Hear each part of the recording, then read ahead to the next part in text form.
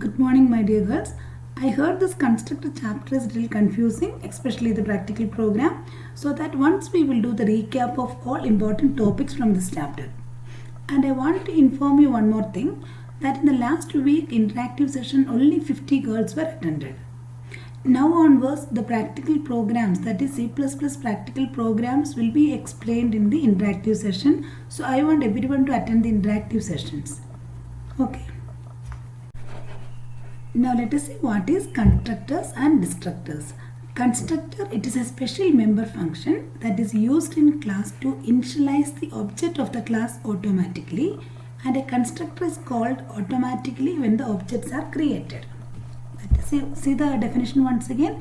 It is a special member function. That means it's not normal member function, it's a special member function that is used in class to initialize the object of the class automatically, and a constructor is automatically called when the objects are created. Now see the syntax, you see, like using this class name, like using this class data type, we are declaring the class name. And inside the class name, you know, private data members are there, public data members are there. In the public section, we are declaring this constructor member function. And constructor member function is not having any return type. It is just we are declaring the constructor member function, and inside this constructor member function, open flower bracket, close flower bracket, inside this constructor member function we can write the variable for initialization. Okay, so this constructor member functions are used to initialize certain data members compulsorily. Now see, for this example, you see, this is the practical program. Class is the data type, power is the name of the class, and private we are declaring some variables. So here see int x comma n comma I comma sum. So x is the base value in that program, that is that program is sum of series like 1 plus x square. Okay, so here x is the base value and n is the power of that variable, and I is the incrementing variables like x power 1 and x power 2, x power 3. So that 1, 2, 3 will be incremented depends on this I value. And sum is the variable to store the output value. Okay. Now in the public declaration, you see we are declaring a constructor member function. So this power, the constructor member function and the class name should be same. So using the same class name, here we are declaring the constructor member function. So inside this constructor member function, what we are initializing here? We are initializing the value of the variable sum as 1. Correct? That is what the constructor member function is used to initialize certain data members compulsorily in a program. So instead of having separate member functions for initializing the variables, we can have a separate member, like separate constructor member functions to initialize the variables. Okay, that means see here, in a program, some of the variables will have the initial values. When you are doing the program, some variables will have initial value. We will be setting the initial value as 0, or we will be setting the initial value as 1. Like for one more example, I will tell you, frequency program, there you have seen freq equal to 0. That means first value of the variable freq we are setting as 0. Here the first value of this variable sum we are setting as 1. Okay, this is called as initialization. Initialization means what? The initial value of any variable is called as initialization. Clear? So that initialization of the variable, initialization of the variable means data member, right? Initialization of the data member is done in the constructor member function. Okay, that is what this constructor member function. What is the definition once again? You see, constructor, it's a special member function that is used in class to initialize the object of the class automatically. That means object of the class means this data member is an object. So this will be initialized automatically. When it is initialized automatically, when we are calling the object. See here, a constructor is called automatically when the objects are created. That I will show you in the next example. So I think now you got an idea. Constructor member function means it's a special member function. It used to initialize the data members, or it used to initialize the variable automatically, and that means we are giving the initial value of the variable in the constructor member function. See here you can see other member functions in the program like get data, calculate, display. These all are the other member functions in the program. These functions are having a return value. See here, void, void. These are the return values. That means this get data function is not returning any value. When this data type void is used, when the function is not returning a value, that means this get data function, it will display the data to the output screen. It is not returning the value to any other function. It is not returning a value to any other member function. Okay, that is what we are using the return type void. Clear?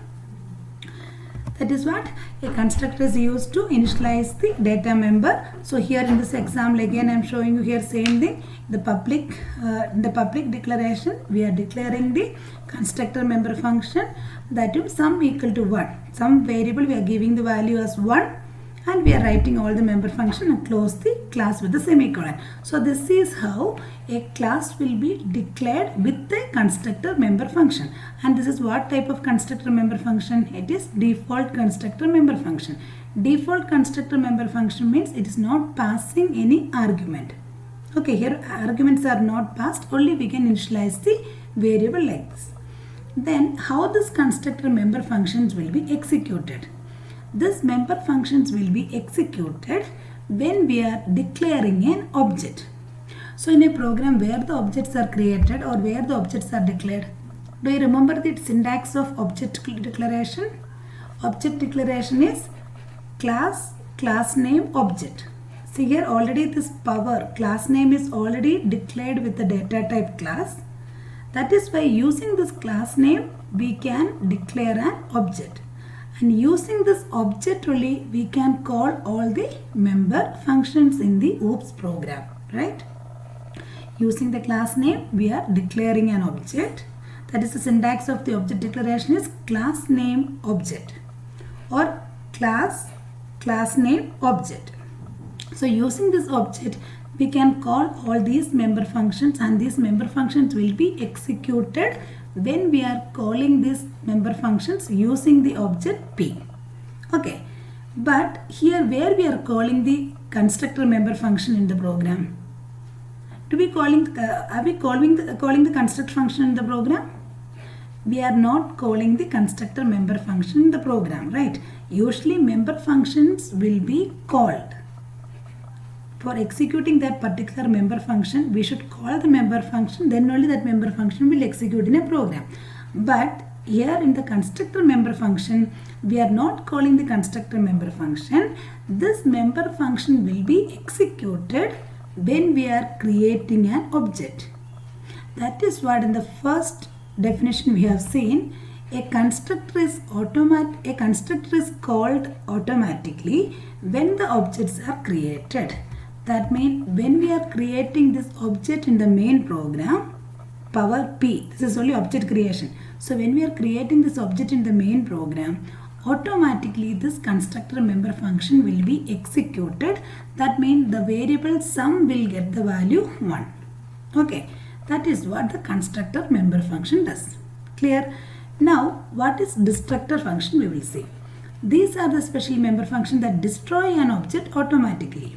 That means in the program already we called this constructor member function and this variable sum is equal to 1 is initialized.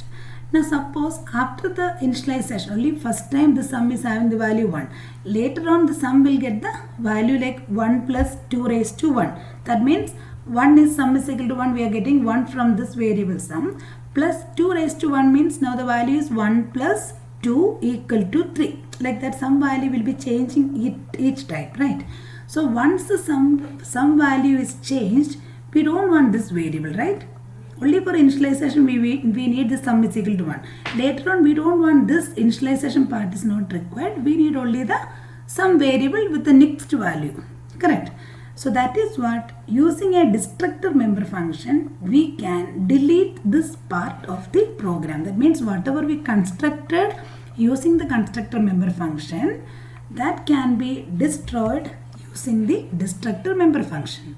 See the syntax: class name, open flower bracket, private, In the public, we are constructing a constructor member function and using this tilde operator. See here, this operator is known as tilde class name. That means that is known as destructor member function. So using this operator, we are destroying this constructor member function. Whatever we constructed, that we are destroying it. So see here, example class power. Power is a class name, open floor bracket, private declaration. Then in the public declaration only we are declared the constructor member function. Now using this destructor member function, that is tilde power means that constructor, whatever is constructed, that will be destroyed after the use of that particular variable in the program. That is why it can save the memory space. Clear? So constructor is used to construct a variable or construct a variable for a new value. Okay, variable can be initialized in the constructor member function, and after the initialization, once that variable is used in the program, after that we can destroy that particular variable using this destructor member function. Is that clear? And one more important question is explain the destructor member function with its features. So already have seen the destructor member function. It used to destroy an object automatically. So syntax is class name, private declaration, and in the public declaration we are declaring the constructor member function with the same class name, and using a tilde operator we are destroying the same constructor member function. See, tilde class name, that is known as destructor member function. Using this tilde operator, we are destroying an object automatically from the constructor member function. Okay. Now the features of destructors. The destructor name is same as the class name, and destructors are declared in the public section. Same like constructor, destructor also declared in the public section. Destructor is preceded by the symbol tilde. So using this operator only we can write the destructor member function, and destructor never return a value. Same like constructor, this also won't return a value. And destructor release memory space for further use. So when you are deleting the place of the object, the memory space can be released and it can be used for the further use. So these are the features of destructor member function. It's also very important question, like explain the destructor with the syntax and its features. Okay. Now the next important question is types of constructor. This may come for 2 marks. Like what are the types of constructors? Default constructor, parameterized constructor, and copy constructor. And the next is like different methods of invoking constructors, or the parameterized constructors can be called or invoked through different methods. This is also one of the important questions for 2 marks. So how the parameterized constructor can be invoked? The parameterized constructor can be invoked in 3 methods: explicit call, implicit call, and initialization of object with equal to operator. That means how these parameterized constructors are used in the program. Using these 3 methods, we can use the parameterized constructor in the program. Now let us see parameterized constructor.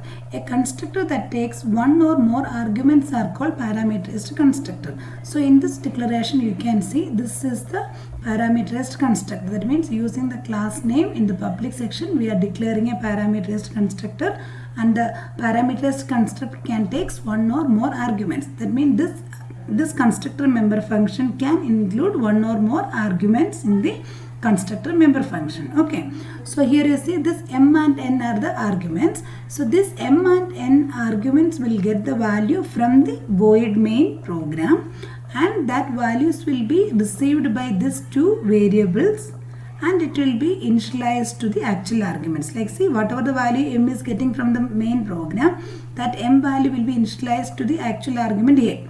That means a will get the value of m. Then whatever the value is getting n from the main program, that n value will be initialized to the variable, to the actual variable b. That is, the actual variable b will get the value of n. This is how the parameterized constructor will be initialized. Okay. Then there are 3 types of, like the calling the parameterized constructor, there are 3 methods. The first method is explicit call. So in explicit call, declaration of object is followed by assignment operator, constructor name, and argument list enclosed within the parenthesis. That is, see, when we are calling the parameterized constructor, there are 3 methods. See, already you have seen how we are declared the parameterized constructor in the class See, this is a class with a name, with a class name number, and here in the public section only we are declared or we are defined the parameterized constructor. Now in the program where we are calling the parameterized constructor, that is what explicit call, implicit call, and using equal to operator. Okay, so that calling the parameterized constructor will be done in the which part of the program? Void main. Okay, main program only we are calling the parameterized constructor, or we are calling the constructor member function. Clear?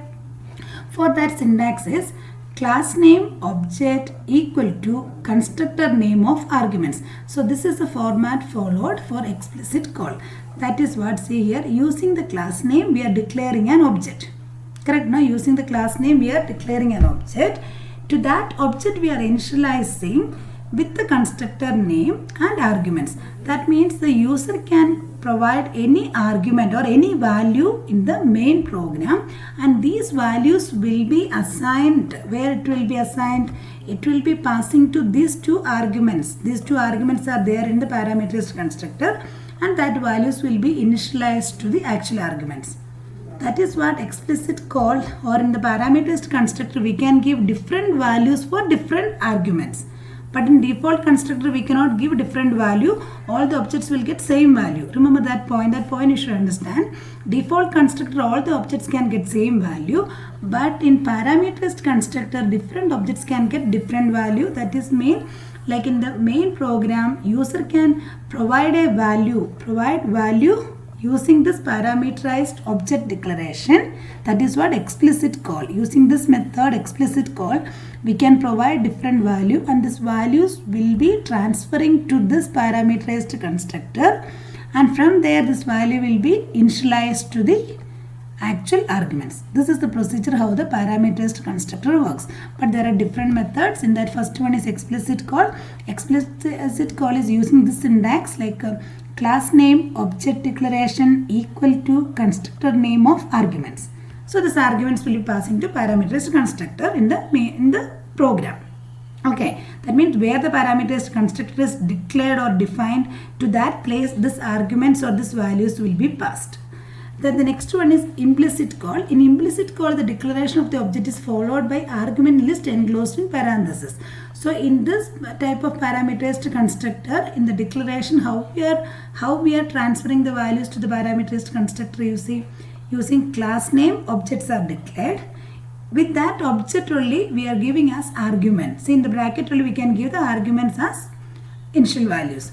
Like see, number is the class name, object is the object name, open bracket 10, 20. These are the two variables, these are the two values. These values will be transferred to this parameterized constructor. That means m and n will receive that values, and that two values will be assigned or initialized to these two actual variables. That means a and b are the actual variables, m and n are the what type of arguments? Formal arguments. That means it will receive the value from the main program. So from this main program, with the type of implicit call, like this, class name object declaration, and in the bracket two arguments, two values we are passing. These arguments will be passed to the parameterized constructor, and the actual arguments will receive that values. Clear? Then the next type is initialization of object using equal to operator. That is using assignment operator, how we are declaring the parameterized constructor. This method is used for the constructor with exactly one argument. In this method, declaration of the object is followed by equal to operator. That means how we can declare an object? Using equal to operator. So in this type of parameterized constructor, the syntax will be class name object equal to value. That means only one value can be initialized to a variable using this type of call. Okay. That means example, you see, number is the class name, object is the object, we are creating the object, equal to 100. That means only one value will be initialized to the object, and the next one, see, again second object is created, and again one more value can be initialized to the second object. That means this value 100 will be transferred to which place? It will be transferred. it will be transferred to this place, but here only one variable will be there to receive that value, and here only one actual argument will be there to receive that value. That means only one argument will be initialized in using the equal to operator. I think that all the three programs are same type of program. Only thing is in the main program here the difference will be there. That means using this different types of calls, that difference we are showing in the void main. Okay, I think it's little difficult to understand. Please try to concentrate and read the programs. Okay, by seeing the program you should understand this concept. Then the last type is copy constructor. It's a parameterized constructor using which one object can be copied to another object. That is, using the class name we are declaring an object with parameters. That means arguments can be passed using this object, and whatever the calculation we are doing with this object value, and the same thing can be copied to another object. That means object 1, whatever the value we are getting using this object 1, same thing can be copied to object 2, and object 2 will act like same like object 1. That is, number is a class name, object 1 of 10 and 20, these two arguments we are passing, and if we are copying this object 1 to object 2, like number object 2 equal to object 1.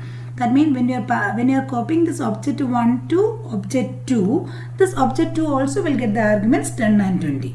Okay, so that is what copy constructor. Copy constructor, features of copy constructors are very important, and the syntax and the features you study, that may come for 5 marks. And one small example program we have done, that factorial of a number. So when you are calculating the factorial of the number 4 and we are copying the same thing to object 2, the object 2 also will get the same answer. So that is what we can copy the object to another object. So the object 2 also will act like as object 1 only. That is this copy constructor concept. Okay. Then the next one is last topic is constructor overloading. Constructor overloading means specifying additional meaning to it by passing the required arguments. A class can have two or more constructors with the same name, but when different in their number of arguments or data types of their arguments. This is same the concept like function overloading. A function name can be same, but the number of arguments or data type of the argument should be different. Same way constructor overloading also, constructor name can be same, but number of arguments or data type of the argument should be same. One example program we have done that is simple interest program.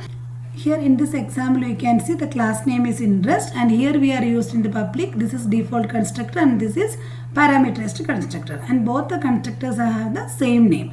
This is what constructor overloading. So in this default constructor we are just initializing the value of the SI, that is simple interest variable, and in the parameterized constructor these three variables we are initializing. That means from the void main we are receiving the values for x, y, z, and we are assigning that values to the actual arguments. So like that two constructors are used in this program. This is example for constructor overloading, right? With this we are concluding this chapter. So all the important questions I had given, I think, right, like 2 marks and 5 marks questions I had given. All those question answers please study, and I don't think this chapter is very difficult. You can study. Okay, thank you.